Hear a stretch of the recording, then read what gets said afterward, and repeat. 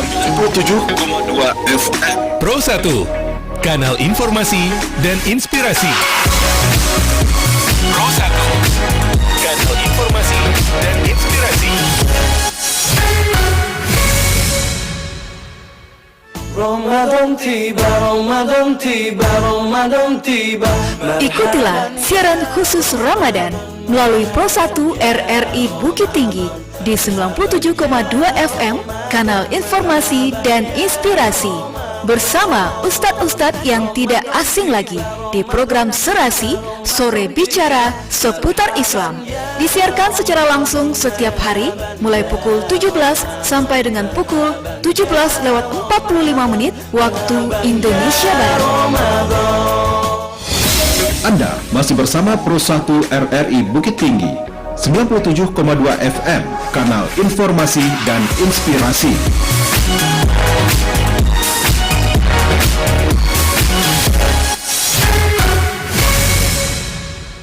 Waspada, teliti, periksa kebenaran berita dan informasi, dicek fakta. Pro 1 RRI.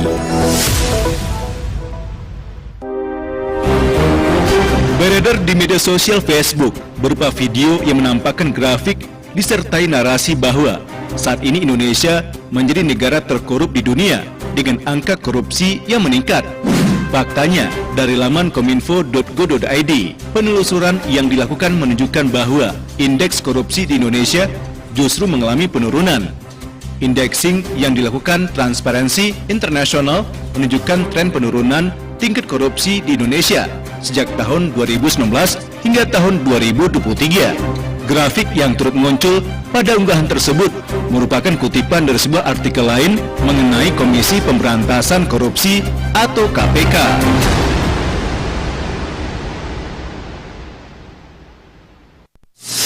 Pastikan kebenaran berita dan informasi Anda dicek fakta.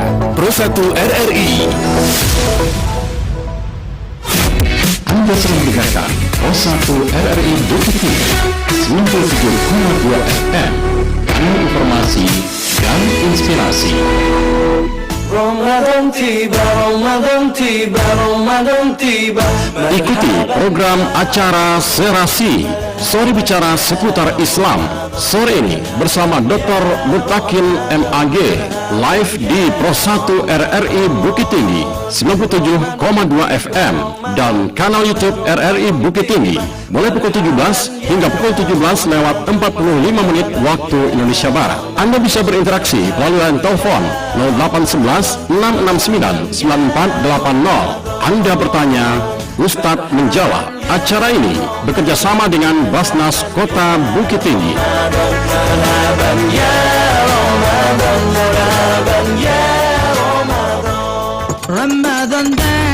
Serasi Sore Bicara Seputar Islam disiarkan langsung melalui program 1 RRI Bukit Tinggi, kanal informasi dan inspirasi, dan live streaming YouTube RRI Bukit Tinggi. 97,2 FM Pro 1 RRI Bukit Tinggi, kanal informasi dan inspirasi. Selamat sore saudara pendengar, kembali lagi sore ini dalam Serasi bersama Basnas. Kali ini di Sore Bicara Seputar Islam tentunya kami sudah hadirkan Ustadz yang akan memberikan tausiahnya kepada kita semua tentu saja, yang kali ini akan membahas topik tentang orang yang merugi pada bulan Ramadan. Nah, untuk itu kita akan sama-sama dengarkan tausiah dari Ustadz Haji Muhammad Iqbal LC. Di akhir acara nanti Anda juga bisa mengikuti kuis Serasi tentunya, di mana pertanyaannya adalah seputar topik kita hari ini, seputar tausiah dari Ustadz hari ini. Jadi bisa didengarkan nanti seperti apa dan mudah-mudahan bisa menjawab pertanyaannya ya. Jangan lupa juga selama tausiah Ustadz nanti Anda juga bisa mengikuti kami melalui YouTube RRI Bukit Tinggi, sekaligus Anda juga bisa mengirimkan pertanyaan Anda dalam line WhatsApp kami di 0811669980. Untuk itu disilahkan dulu, kita sapa dulu kali ya Ustadz yang sudah hadir bersama kami di Serasi sore ini. Assalamualaikum Ustadz Muhammad Iqbal. Waalaikumsalam warahmatullahi wabarakatuh. Kabarnya baik Ustadz? Alhamdulillah baik. Alhamdulillah baiklah. Hari ini kita akan membahas topik yang sangat menarik ya Ustadz ya, orang yang merugi di bulan Ramadan. Jangan sampai kita adalah salah satu di antara orang-orang ini ya.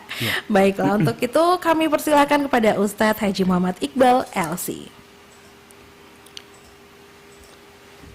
Bismillahirrahmanirrahim. Assalamualaikum warahmatullahi wabarakatuh.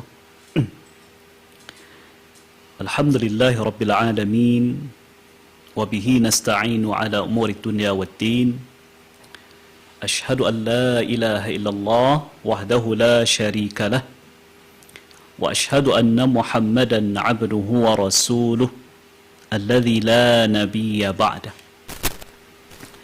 Allahumma salli wa sallim ala sayyidina wa syafi'ina wa maulana Muhammad wa ala alihi wa ashabihi wa man tabi'ahum bi ihsanin ila yaumiddin, amma ba'du. Para pemirsa RRI, kaum muslimin dan muslimat dimanapun Anda berada, alhamdulillah pada sore hari ini, di hari ke-14 kita berpuasa, Allah masih limpahkan nikmat kesehatan dan nikmat kesempatan, sehingga insya Allah kita masih bisa melaksanakan ibadah puasa dengan sebaik-baiknya, melaksanakan ibadah qiyam di bulan Ramadan dengan ibadah terbaik kita. Semoga bisanya kita berpuasa dengan puasa yang baik di siang hari dan melaksanakan qiyam Ramadan di malam hari bisa kita istiqamahkan sampai hari terakhir dan malam terakhir di bulan Ramadan di tahun ini. Karena tentu saja sebuah amal atau sebuah perbuatan ditandai atau merupakan amalan yang baik ketika dia diselesaikan dengan sebaik-baiknya. Kaum muslimin, para pemirsa RRI yang kami muliakan, bulan Ramadan adalah bulan yang begitu banyak keberkahan di dalamnya. Begitu banyak hal-hal yang luar biasa yang Allah berikan kepada kita. Di antaranya, sebagaimana disampaikan oleh Nabi SAW dalam hadis yang diriwayatkan oleh Imam Al-Bukhari dan Muslim, sebuah hadis yang kami yakin kaum muslimin dan kaum muslimat pasti pernah mendengarnya, bahkan mungkin sebahagian kita ada yang telah menghafalnya.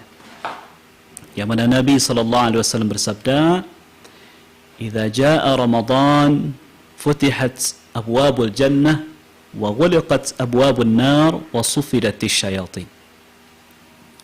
Apabila datang bulan Ramadan, maka dibuka pintu-pintu syurga, dikunci pintu-pintu neraka, dan dibelenggu para syaitan. Nah, di kalimat yang Nabi sampaikan, futihat abwabul jannah, dibuka pintu-pintu syurga, para ulama kita memberikan pemaknaan terhadap kalimat ini setidak-tidaknya dalam dua makna. Yang pertama, kata ulama kita, bahwa di hari-hari yang lain pintu surga itu ditutup oleh Allah, sedangkan di bulan Ramadan, karena istimewanya bulan Ramadan ini, maka pintu-pintu surga sengaja dibuka oleh Allah, menunjukkan tentang keistimewaan bulan ini. Kemudian yang kedua, kata ulama kita, yang dimaksud dengan pintu-pintu surga ini dibuka adalah yaitu peluang-peluang melakukan amal kebaikan begitu luar biasa, bahkan pahala yang diberikan kepada orang yang berpuasa lebih dilipat gandakan dibandingkan dengan bulan-bulan yang lain. Maka sejatinya mari kita manfaatkan momen ini dengan sebaik-baiknya. Kemudian yang kedua, luar biasanya bulan Ramadan atau bulan puasa ini, yaitu Allah jadikan momen ini sebagai momen yang mana Allah memberikan pahala puasa atau pahala yang amal yang dilakukan di bulan ini dengan pahala yang tidak terbatas. Allah Subhanahu wa taala berfirman dalam surat misalnya dalam surat Az-Zumar ya, ayat yang ke-10, Allah sampaikan, "Innama yuwaffas sabiruna ajrahum bighairi hisab." Ya, orang-orang yang sabar itu mereka diberi pahala dengan pahala yang tidak ada batasnya. Nah, tidak sedikit ulama yang menafsirkan kata as-sabirun, orang-orang yang sabar dalam ayat ini adalah orang-orang yang berpuasa. Artinya, kalau kita terjemahkan lagi, orang-orang yang berpuasa itu Allah berikan pahala yang tidak ada batasnya. Nah, hal ini dikuatkan di dalam sebuah hadis, ya, hadis qudsi dengan berbagai redaksi yang kita temukan. Di antaranya ada yang berbunyi, Allah Subhanahu wa taala berfirman dalam hadis itu bahwa sesungguhnya amalan anak Adam itu pahalanya untuknya dilipat gandakan mulai dari 10 kali lipat bahkan sampai 700 kali lipat. Masya Allah, ya. Satu amal kebaikan kita, karena sayangnya Allah kepada kita, Allah balas paling tidak itu 10 kali lipat, bahkan sampai ada yang 700. Kemudian Allah tambahkan lagi, illa saum, kecuali ibadah puasa. Fa innahu li wa ana ajzi bih. Karena sesungguhnya ibadah puasa itu untuk diriku dan aku sendiri akan membalasnya. Nah, kalimat ini kaum muslimin, para pemirsa RRI yang kami muliakan, tentu perlu ada penjelasannya. Apa maksud dari puasa itu untuk Allah dan Allah sendiri yang membalasnya?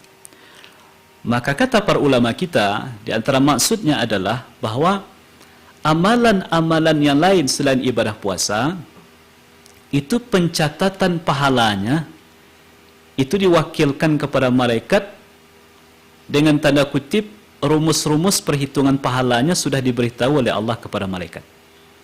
Nah, kalau amalan ini segini pahalanya, kalau amalan ini segini pahalanya. Maksimalnya 700 kali lipat. Kecuali ibadah puasa. Ibadah puasa itu Allah tidak wakilkan pencatatan pahalanya kepada para malaikat, tapi Allah sendiri yang langsung yang akan membalasnya. Ini Masya Allah, luar biasanya ibadah puasa ini. Kemudian dalam hadis yang lain, Nabi juga menyampaikannya. Kata Nabi SAW, "Ma min 'abdin yasumu yawman fi sabilillah, illa ba'adallahu bidzalikal yawmi wajhahu 'anil nari 70 kharifah." Tidaklah seorang hamba melakukan puasa 1 hari saja di jalan Allah, kecuali dengan puasa di 1 hari dia berpuasa itu, Allah jauhkan dirinya, Allah jauhkan wajahnya dari neraka 70 tahun perjalanan. Masya Allah. Bandingkan 1 hari berpuasa, kalau puasa itu dilaksanakan dengan sebaik-baiknya, maka Allah jauhkan diri kita dari neraka 70 tahun. Berarti kalau kita lakukan ibadah puasa full 30 hari di bulan Ramadan ini, tinggal kalikan saja 70 kali 30, berarti Allah jauhkan diri kita dari neraka 2100 tahun. Masya Allah, sebuah keberkahan yang luar biasa. Kemudian yang selanjutnya, keberkahan ibadah puasa apalagi di bulan Ramadan ini adalah Nabi sampaikan juga dalam hadis yang sangat akrab di telinga kita. Nabi sampaikan, "Man shama Ramadana imanan wa ihtisaban, ghufira lahu ma taqaddama min dhanbih." Siapa yang melaksanakan ibadah puasa di bulan Ramadan, tentu dengan sebaik-baik ibadah puasa yang bisa dia lakukan, maka diampuni dosa-dosanya yang telah berlalu. Dalam riwayat lain dikatakan, "Man qama Ramadana imanan wa ihtisaban, ghufira lahu ma taqaddama min dhanbih." Siapa yang di malam harinya, ketika dia di siang hari dia berpuasa dengan sebaik-baiknya, dari rentang azan subuh sampai azan maghrib, di siang hari dia berpuasa dengan sebaik-baiknya. Dia tahan yang membatalkan puasa, kemudian dia jauhi hal-hal yang bisa merusak puasanya. Kemudian giliran malam hari, ya, dari rentang maghrib sampai menjelang subuh lagi, dia manfaatkan momen malam itu, bukan dengan tidur-tiduran, bukan dengan melakukan hal-hal yang tidak berguna, tapi dia manfaatkan untuk qiyam Ramadan. Dia lakukan ibadahnya. Apakah itu ibadah tarawih, ibadah witir, hadir di majelis ilmu, kemudian dia berdiri untuk melaksanakan salat tahajud, dia baca Quran dan lain sebagainya. Nah, orang-orang seperti ini, kata Nabi, dosa-dosanya diampuni oleh Allah Subhanahu wa taala, yaitu dosa-dosanya yang telah berlalu. Masya Allah. Dari semenjak dia balik, di saat dia melakukan suatu kesalahan, dia sudah dianggap melakukan dosa, sampai dia melakukan ibadah puasa di tahun itu. Kalau puasanya puasa yang baik, Kalau qiyam Ramadannya qiyam Ramadan yang baik, berarti dosa-dosa dari rentang umurnya, dari umur dia balik itu diampuni oleh Allah Subhanahu wa taala. Nah, dari sinilah kita bisa mengukur siapa lo orang yang merugi di bulan Ramadan itu. Nah, jadi sengaja kami terangkan dahulu keuntungannya. Ibarat orang berbisnis ini, apa saja keuntungan yang akan dia dapatkan kalau dia mau berbisnis. Dengan bisnis tertentu. Kalau mau dia bisnis ini, untungnya seperti ini. Nah, itu kan strategi para penjual bisnis ya. Dia iklankan, dia buat seminar segala macam. Kalau Anda mau ikut ini, keuntungannya segini. Kalau Anda mau ikut ini, akan dapat mobil ini segala macam lah. Mendorong orang untuk bisa terjun di bisnisnya. Nah, bulan Ramadan seperti itu juga. Allah dorong kita bagaimana di bulan Ramadan ini bisa memanfaatkan waktu yang berharga ini dengan sebaik-baiknya. Kalau tidak, merugi kita. Rugi kita. Jadi dalam sebuah hadis juga ya, diriwayatkan oleh Imam Al-Bazzar, Imam At-Tabrani dengan sanad yang hasan, diceritakan di sana suatu kali Nabi SAW naik ke atas mimbar beliau. Jadi mimbar beliau ini, tepat bila berkhutbah, tepat bila memberikan nasihat, itu tangganya ada tiga tangga. Nah, di setiap naik anak tangga, beliau mengucapkan amin. Di tangga yang pertama mengucapkan amin, di tangga kedua mengucapkan amin, di tangga ketiga mengucapkan amin. Nah, setelah beliau selesai memberikan nasihat, beliau turun dari mimbar, maka di saat itu para sahabat pun bertanya kepada beliau, kenapa kok boleh membaca amin? Nah, dari saat itulah Nabi SAW menerangkan bahwa tadi Jibril datang kepadaku. Kemudian dia berkata, "Raghima anfu rajulin man adraka Ramadana falam yughfar lah. Qul amin." Faqultu amin. Kata Jibril, merugilah seseorang yang Allah masih izinkan dia berada di bulan Ramadan, tetapi sayang beribu sayang, dosa-dosanya tidak diampuni oleh Allah selepas Ramadan. Kata Jibril, wahai Muhammad, aminkan.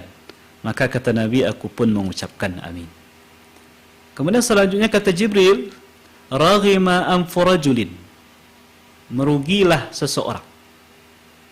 Ya, merugilah seseorang. Man adraka walidayhi, siapa yang masih mendapati kedua orang tuanya masih hidup, ya, atau ahadahuma, atau salah satunya masih hidup, falam yughfarlah, tapi dosa-dosanya tidak diampuni oleh Allah. Kata Jibril, wahai Muhammad, aminkan. Maka Nabi pun mengatakan amin. Kemudian selanjutnya kata Jibril, raghima anfu rajulin, merugilah seseorang.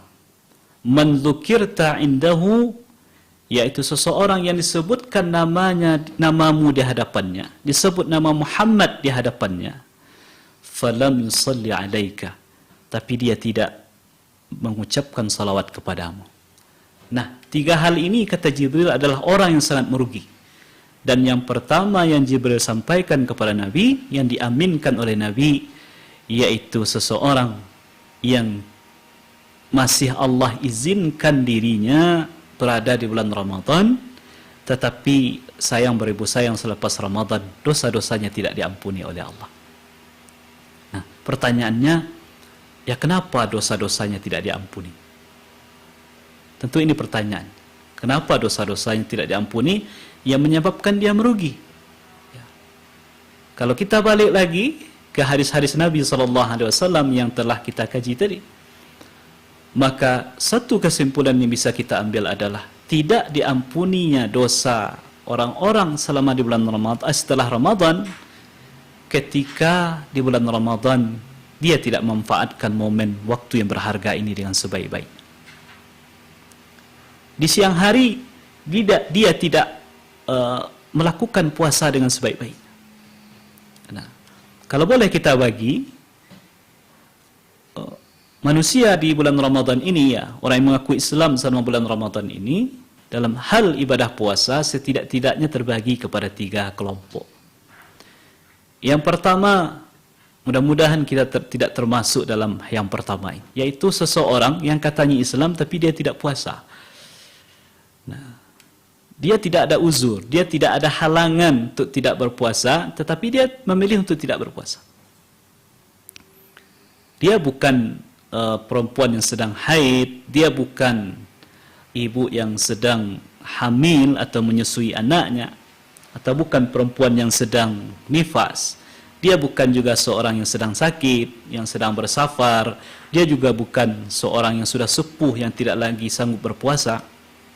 Badannya sehat. Dia tidak ada halangan.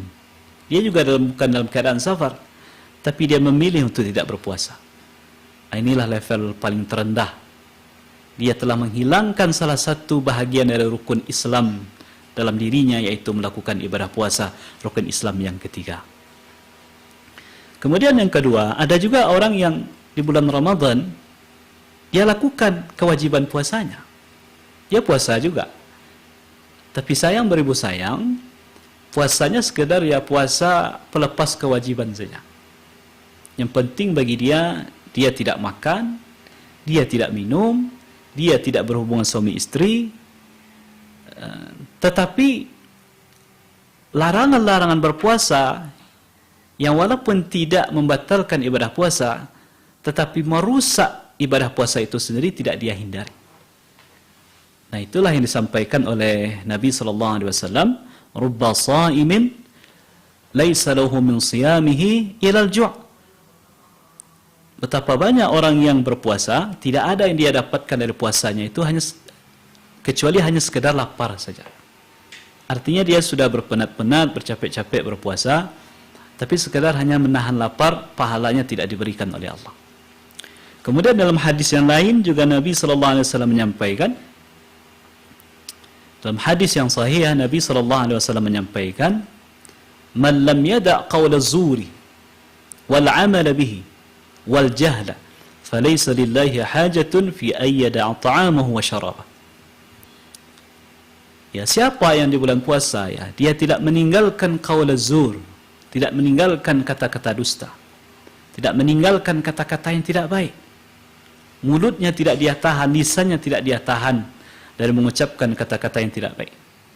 Kemudian wal jahla, dia melakukan perbuatan-perbuatan yang bodoh, yang kurang ada gunanya, yang kurang ada manfaatnya selama Ramadan. Nah, maka kata Nabi, Allah tidak butuh dengan puasanya. Tidak butuh Allah ini maksudnya adalah secara kewajiban puasanya dia mungkin sudah lepas, tetapi sayang beribu sayang, tidak ada pahala yang diberikan oleh Allah kepadanya. Nauzubillah. Jadi orang yang pertama yang merugi itu selama bulan Ramadan adalah orang yang tidak memanfaatkan momen Ramadan di siang hari dengan melaksanakan ibadah puasa yang sebaik-baiknya. Lalu ada golongan yang ketiga yang lupa kami sebutkan tadi, yaitu orang yang berpuasa di siang hari Ramadan. Dia tidak hanya sekedar mempuasakan perutnya dari makan minum, dia tidak hanya sekedar mempuasakan kemaluannya dari berhubungan suami istri, tapi seluruh anggota tubuhnya dia puasakan dari hal-hal yang dilarang, diharamkan oleh Allah. Matanya dia puasakan dari apa? Dari melihat hal-hal yang diharamkan oleh Allah. Telinganya dia puasakan dari mendengar hal-hal yang diharamkan oleh Allah. Tangannya dia puasakan dari melakukan perbuatan-perbuatan yang diharamkan oleh Allah. Kakinya dia puasakan dari melangkah ke tempat yang dilarang oleh Allah. Bahkan hatinya pun dia puasakan dari sifat-sifat, dari penyakit-penyakit hati yang bisa merusaknya. Nah, inilah orang yang sebenar-benar puasa itu, dan kita berharap mudah-mudahan kita termasuk golongan ini. Kemudian yang kedua, orang yang merugi di bulan Ramadan yang dosanya tidak diampuni oleh Allah selepas Ramadan itu adalah, yaitu orang yang tidak memanfaatkan malam Ramadan dengan ibadah-ibadah terbaik. Disampaikan oleh Nabi SAW, rubba qa'imin laisa lahu min qiyamihi illa as-sahar. Betapa banyak orang yang mengisi waktunya di malam Ramadan, ya, tetapi tidak ada yang dia dapatkan dari waktunya itu kecuali hanya sekedar begadang saja. Artinya dia tidak tidur juga di malam hari, dia begadang juga.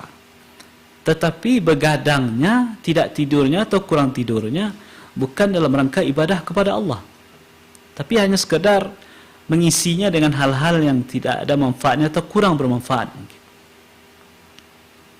Ketika orang sibuk melakukan ibadah qiyam Ramadan, ya, berpenat-penat, bercapek-capek, berdiri cukup lama, melaksanakan salat tarawih dan witir, ada yang 11 rakaat, ada yang 23 rakaat, yang waktunya tidak sebentar, paling tidak agak setengah jam melakukan itu. Bahkan ada yang melakukan 1 juz, ya, mengikuti salat tarawih yang imamnya baca Quran 1 juz dalam 1 malam. Berpenat-penat, berlelah-lelah, bercapek-capek beribadah. Tambah lagi setelah itu dia tadarus Quran. Kemudian setelah itu dia istirahat mungkin.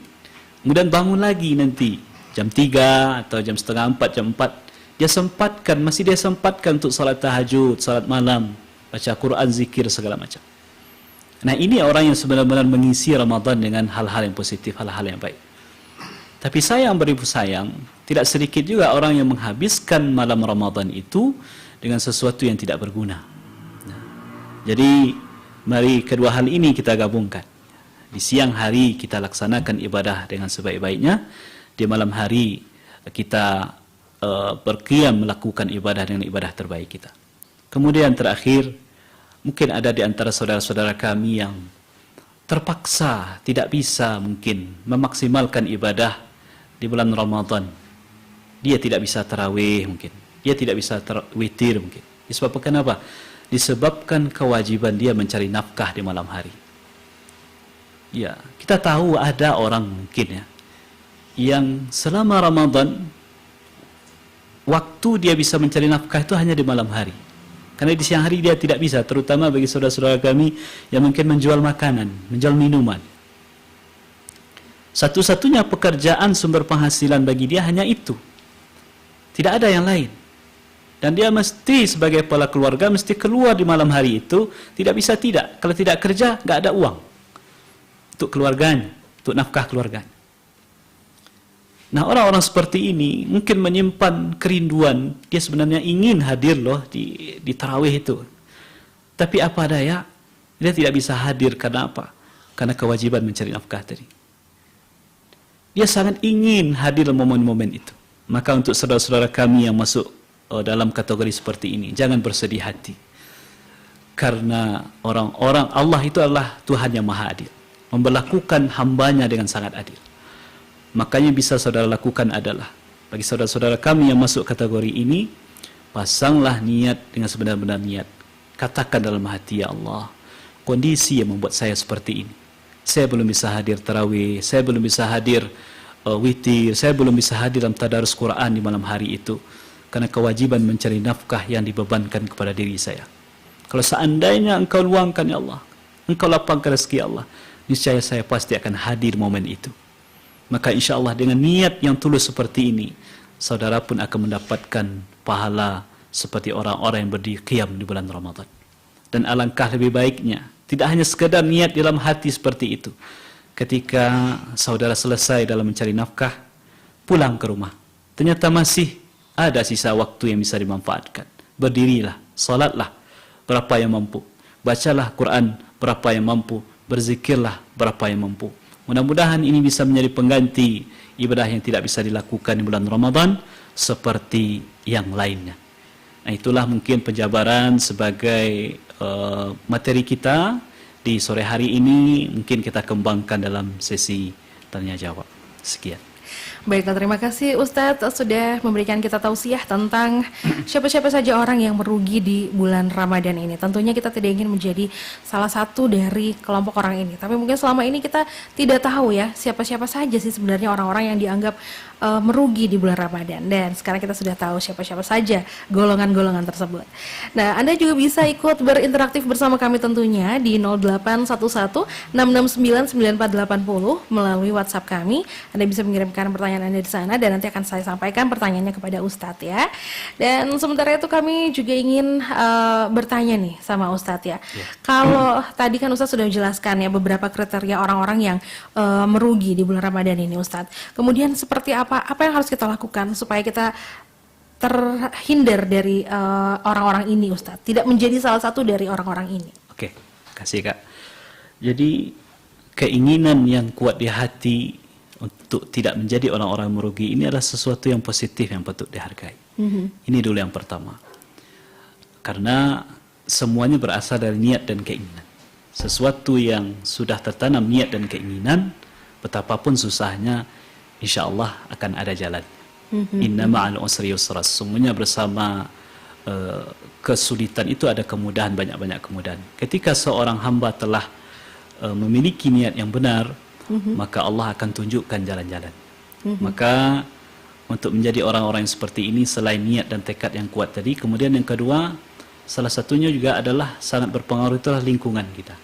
Lingkungan, bagaimana kawan, bagaimana keluarga menjadi penunjang untuk menjadi orang-orang yang tidak merugi selama bulan Ramadan. Karena keluarga yang baik, lingkungan yang baik akan saling mendorong circle-nya, perkawanannya, sahabat-sahabatnya untuk sama-sama menjadi orang-orang yang taat semuanya. Tidak meninggalkan satu, ini dia mungkin si ayah pergi ke masjid, si ibu pergi ke masjid, tapi yang anaknya dibiarkan saja di rumah, biarkan saja keluyuran ke sana dan ke situ gitu. Tapi keluarga yang baik, yang mendukung kebaikan, dia tidak akan biarkan itu, dia akan ikhtiarkan bagaimana dirinya, ya, dia sebagai ayah, dia sebagai ibu bisa bersama-sama ibadah, dan dia juga berikhtiar mengajak anak-anak dan keluarganya juga mengisi malam itu dengan ibadah-ibadah terbaiknya.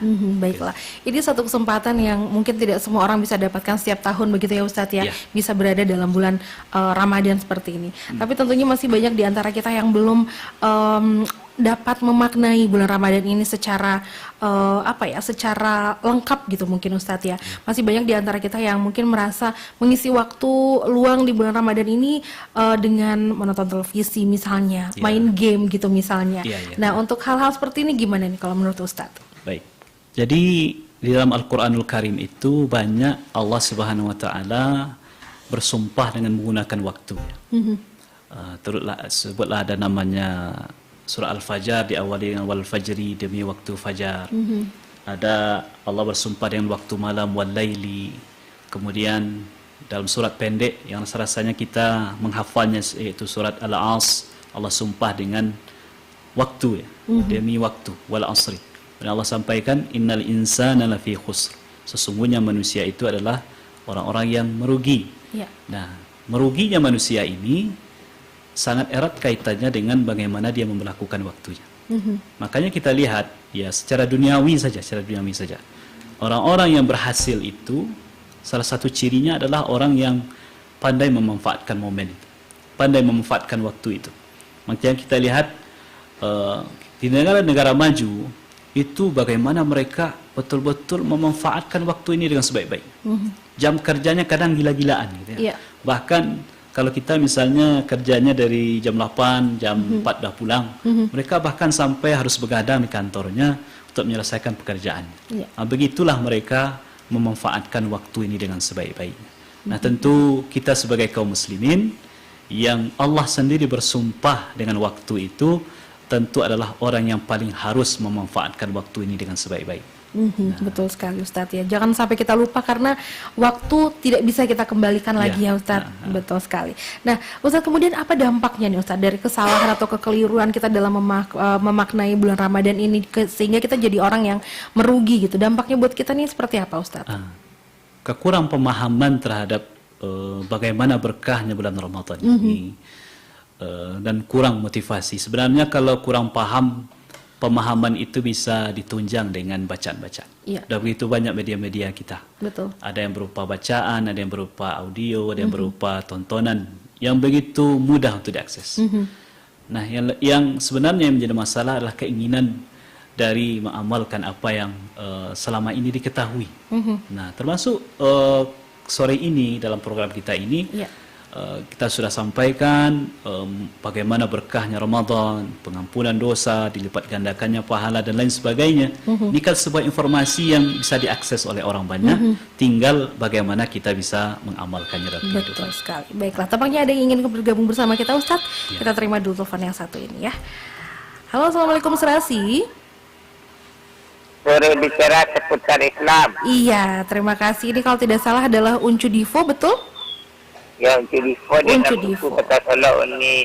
Iya. Dengan Ustaz siapa nih? Dengan Ustadz Muhammad Iqbal, Uncu. Assalamualaikum warahmatullahi wabarakatuh. Ustaz Muhammad Iqbal. Waalaikumsalam. Halo Ustaz Muhammad Iqbal dari Uncu Divo dengan 6 buku kata Salah. Ya. Ustaz Iqbal 6 buku kata Salah. Iya. Ya, Pak Uncu, Apa silakan. temanya tadi ini? Tema kita hari ini adalah orang-orang yang merugi di bulan Ramadan. Nah, kira-kira apa pertanyaan Uncu Divo untuk Ustadz nih? Silakan Uncu. Orang-orang yang merugi di bulan Ramadan. Betul. Apa siapa-siapa dan apa-apa siapa-siapa orang yang merugi di bulan Ramadan dan apa-apa saja yang bisa merugi di apa-apa saja yang membuat orang-orang merugi di bulan Ramadan. Kan puasa itu tidak hanya menahan haus dan lapar, kita hanya harus mempuasakan semuanya, jasmani, rohani, hawa nafsu, semuanya. Gimana itu kan pasti merugi kalau tidak bisa mempuasakan itu, cuman hanya bisa menahan haus dan lapar, puasa haus dan lapar itu. Itulah pertanyaan saya, sudah jelas ini. Jelas kira-kira Ustadz ya. Baik, sudah jelas Uncu. Ya udah, terima kasih banyak, maaf. Assalamualaikum warahmatullahi wabarakatuh. Ustaz Muhammad Iqbal. Waalaikumsalam warahmatullahi wabarakatuh. Terima kasih Uncu Divo, silakan Ustadz boleh ditanggapi. Ya, terima kasih Uncu. Sebenarnya pertanyaan Uncu itu sudah ada jawabannya dari pernyataan Uncu sendiri. Betul. Yaitu orang yang merugi itu adalah orang yang orang yang hanya sekedar mempuasakan perutnya. Ya, dia tidak puasakan matanya, dia tidak puasakan telinganya, dia tidak puasakan tangan kakinya, dia tidak puasakan hatinya, dia tidak puasakan hawa nafsunya. Jadi seperti yang kami sampaikan cukup panjang lebar dalam pembahasan itu, intinya adalah orang yang merugi itu adalah orang yang tidak memanfaatkan momen waktu Ramadan ini dengan sebaik-baik. Di siang hari dia tidak puasa sebaik-baiknya, di malam hari dia tidak qiyam, tidak melaksanakan ibadah dengan ibadah terbaik. Itu mungkin kesimpulan dari jawaban pertanyaan dari Uncu tadi. Oke, baiklah itu jawaban untuk Uncu Divo yang ada di Kota Solok ya. Dan kemudian juga nih Ustadz, kenapa sih seorang itu hanya menunggu waktu berbuka aja tanpa bisa menjaga kualitas puasanya itu juga dianggap merugi gitu Ustadz? Oh tapi ditahan dulu Ustadz, ada telepon, kita angkat dulu telepon yang satu ini. Halo, Assalamualaikum Serasi. Sudah bicara seputar Islam. Iya. Waalaikumsalam juga. Selamat sore Lila. Sore. Iya, silakan Lila dengan pertanyaannya bersama Ustadz Muhammad Iqbal. Ini merugi, ya temanya tadi orang-orang yang merugi dalam Ramadan. Betul. Begini Ustaz, kalau siangnya kita memang menjaga perkataan, bukan menahan haus dan lapar, sikap dan perkataan juga karena berpuasa. Tapi ada juga kebanyakan orang setelah lepas berpuasa itu dia malamnya misalnya. Dia sifatnya kembali misalnya perilaku atau lisan maupun perkataan itu tidak baik misalnya perkataan tidak baik lah begitu Ustaz karena rasanya saya sudah berpuasa jadi mereka tidak, jadi maksudnya menjaga ucapan perkataan itu hanya sewaktu puasa saja tapi di malamnya tidak. Apakah itu juga termasuk merugi Pak Ustaz? Ya karena dan sekali lagi itu yang pertama. Yang kedua mungkin agak di luar tema tentang salat tarawih. Ada yang 8 rakaat plus 3 witir, ada juga yang 20 plus 3 witir. Yang 20 rakaat plus 3 witir itu kadang gerakannya cepat dan juga bacaannya cepat, ada di beberapa daerah seperti itu. Menurut Ustaz bagaimana? Karena kurang, ini mungkin ya saya salah juga atau bagaimana, tidak cuma ini menurut saya karena gerakan yang cepat, bacaan cepat. Kadang tidak ada bacaan iktidal dan juga antara duduk antara dua sujud begitu Pak Ustaz. Iktidal atau bacaan iktidal dan duduk antara dua sujud itu hukumnya bagaimana Ustaz kalau tidak dibaca? Karena saya pernah mengikuti sholat yang seperti itu, gerakan cepat, kadang tidak sempat iktidal udah sujud aja, kemudian bangkit dari sujud lagi gitu. Ya pandangan Ustaz tentang sholat yang tarawih seperti itu bagaimana? Mungkin jika seperti itu Ustaz mungkin paham ya maksud pertanyaan saya. Iya. Itu aja. Kak Irfi, terima kasih. Assalamualaikum. Waalaikumsalam warahmatullahi wabarakatuh. Terima kasih Lila. Lila ini dari Padang Pariaman Ustaz.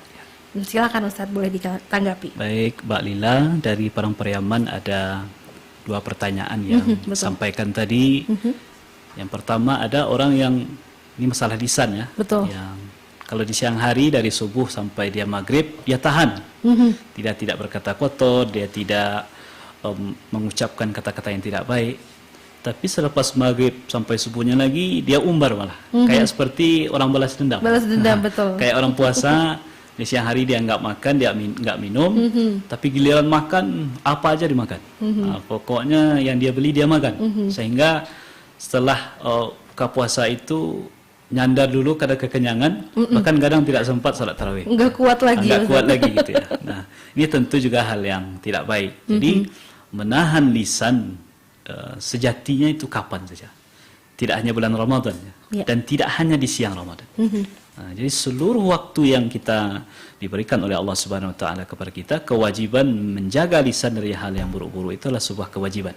Makanya apa yang dikatakan oleh Nabi tadi, "Malam yada' qaula zuri wal amal bi wal jahla wa laysa lillahi hajatun fi ayyada ta'ama wa syarabah." Orang yang tidak menahan lisannya dari kata-kata dusta, dari melakukan hal-hal yang tidak ada gunanya, tidak butuh Allah dengan puasanya, tidak ada pahalanya. Nah, tentu ini tidak hanya berkaitan di siang Ramadan saja, tapi 24 jam waktu di Ramadan, bahkan di hari-hari yang lain pun mesti itu dijaga lisan. Nah, kemudian yang kedua berkaitan dengan tarawih. Ada yang tarawih witirnya 11 rakaat, ada yang 23 rakaat. Nah, persoalan tentang tarawih 11 dan 23 ini rasa-rasanya tidak perlu lagi kita perdebatkan dan pertengkarkan, karena masing-masing pendapat ada dalilnya, ada alasannya.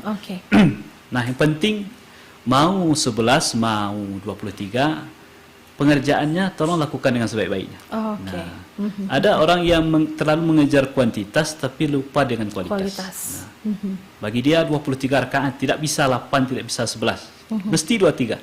Tapi sayang beribu sayang, kualitas dari pelaksanaan tarawih yang 23 itu jauh dari apa yang diinginkan oleh syariat. Makanya kalau udah bulan Ramadan ini kan viral sekali video ada orang yang tarawih 23 rakaat selesai 7-8 menit. Betul, gerakannya sangat cepat. Sangat cepat sekali. Bahkan mungkin untuk 1 rakaat itu hanya sekitar 30 detik 30 saja. detik, ya betul. Fatihah enggak jelas, tidak ada tumakninahnya. Nah, hal-hal praktek seperti ini sejauh yang kami tahu, bahkan sudah banyak ulama yang mengingatkan, adalah praktek yang tidak dibenarkan oleh syariat. Karena kita tahu salah satu rukun dari ibadah salat itu ada namanya tumakninah. Tumakninah itu kan berhenti sejenak, dilakukan dengan tenang. Bahkan Nabi pernah 3 kali menyuruh seseorang mengulang salatnya disebabkan gara-gara dia tidak tenang melakukan salat. Maka secara prinsip mau 11, mau 23, selagi pengerjaannya dengan tenang, dengan baik, silahkan dipilih salah satu di antara keduanya. Baiklah, kita sambung ke penelpon selanjutnya. Assalamualaikum, selamat sore Serasi. Iya, waalaikumsalam Serasi. Iya, dengan siapa di mana? Dengan Uda John Al-Amin di daerah Tandikat. Iya, silakan Uda John Al-Amin dengan pertanyaannya. Oh iya, ini dengan penyiar siapa? Ini dengan Irfi. Irfi ya? Betul. Oh, dengan Pak Ustadz Iqbal ya? Iya, betul. Baik. Salam kenal Pak Ustadz Iqbal ya? Ya, Pak. Assalamualaikum warahmatullahi wabarakatuh. Waalaikumsalam. Yang ingin kami tanyakan Pak Ustadz, pertama, di dalam kehidupan Ramadan banyak orang yang menyalah-nyalahkan puasa Pak Ustadz. Contohnya, Baba juang Kota Balia. Sedang ada puasa satu. Tu Kota Balia baju dan. Sudah tu hilanglah STMK umpamanya. Kok hilang STMK, tidak dijaga dengan baik. Kan ngurusnya payah. Ada puasa, tidak uji pengenalan. Jadi kalau menyalah-nyalahkan puasa begitu, sementara bulan Ramadan adalah bulan yang baik. Dan diterima segala doa kita dan diampuni segala dosa. Lalu apakah orang yang seperti itu mendapat juga hadiah itu, Pak Ustadz? Baik. Ya, karena kan dia menyalah-nyalahkan, seolah-olah tidak ikhlas dia berarti itu kan? Iya. Mohon penjelasan. Terima kasih. Assalamualaikum warahmatullahi wabarakatuh. Waalaikumsalam warahmatullahi wabarakatuh. Silakan Ustadz, ini dari Uda John Al-Amin. Dari Tandike. Tandike, betul. Kasih Uda John atas pertanyaannya. Memang ada orang yang suka berdalih ya. Menyalahkan keadaan padahal yang salah adalah dirinya sendiri. Iya, betul. Ini adalah fenomena yang mungkin banyak terjadi tidak hanya di bulan Ramadan tapi juga di bulan-bulan yang lain. Maka kadang ketika muncul ada seseorang yang mungkin dia tidak salat padahal umurnya dia sudah balik, dia sudah berumur, ketika ditanya kenapa bapak tidak salat, dengan gampangnya dia mengatakan itulah Ustadz ambul dapat hidayah lagi. Iya.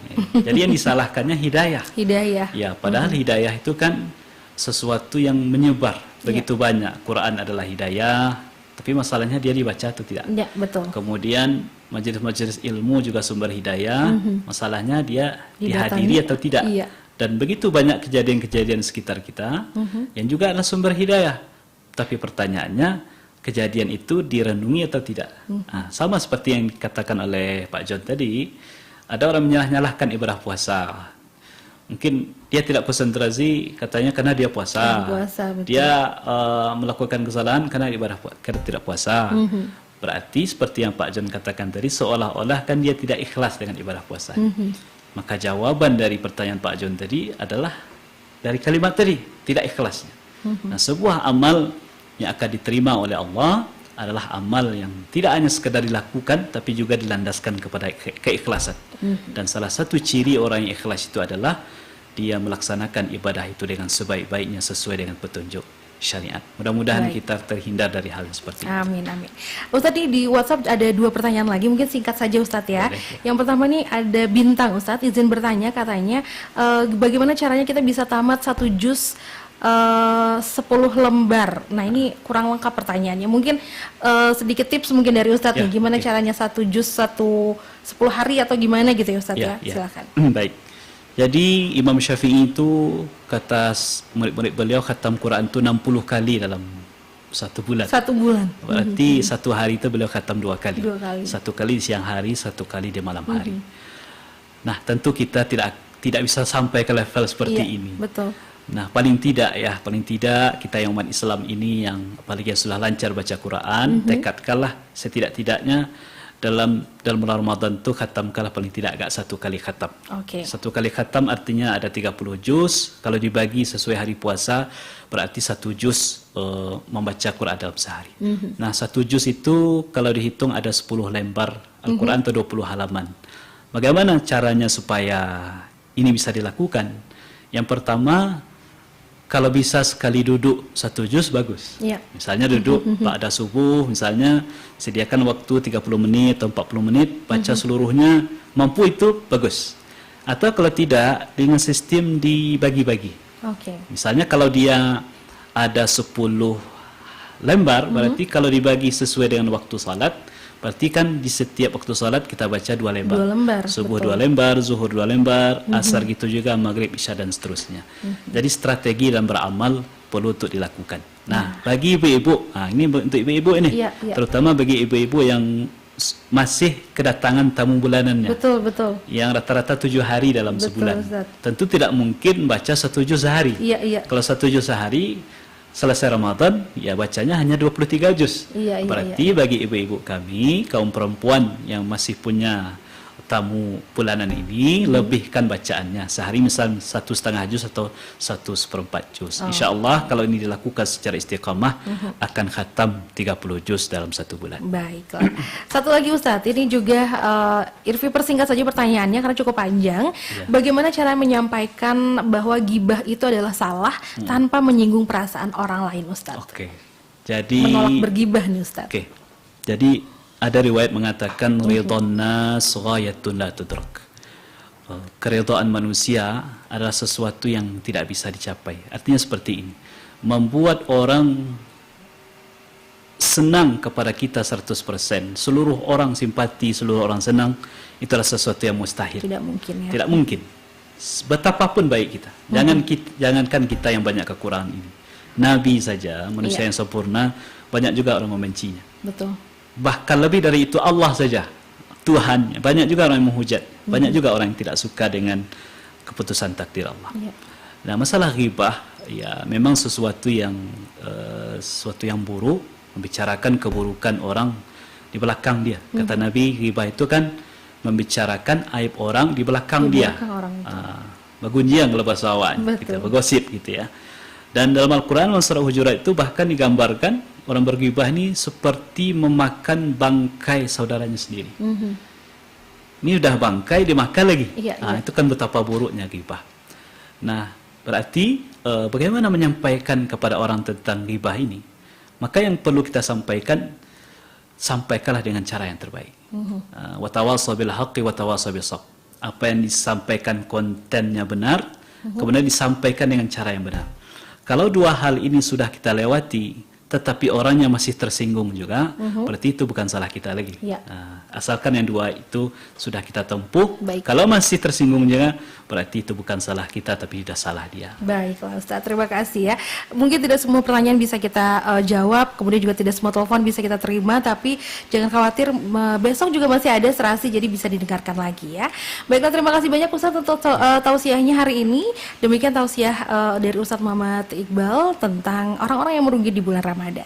Dan pertanyaannya juga tentu saja nanti akan kami hadirkan sesaat lagi dalam kuis serasi. Jadi jangan kemana-mana, tetap bersama Serasi Sore Bicara seputar Islam.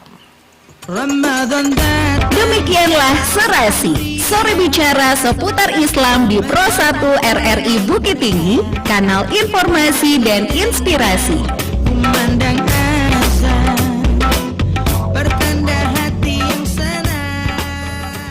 97,2 Ramadan tiba, Ramadan tiba, Ramadan tiba.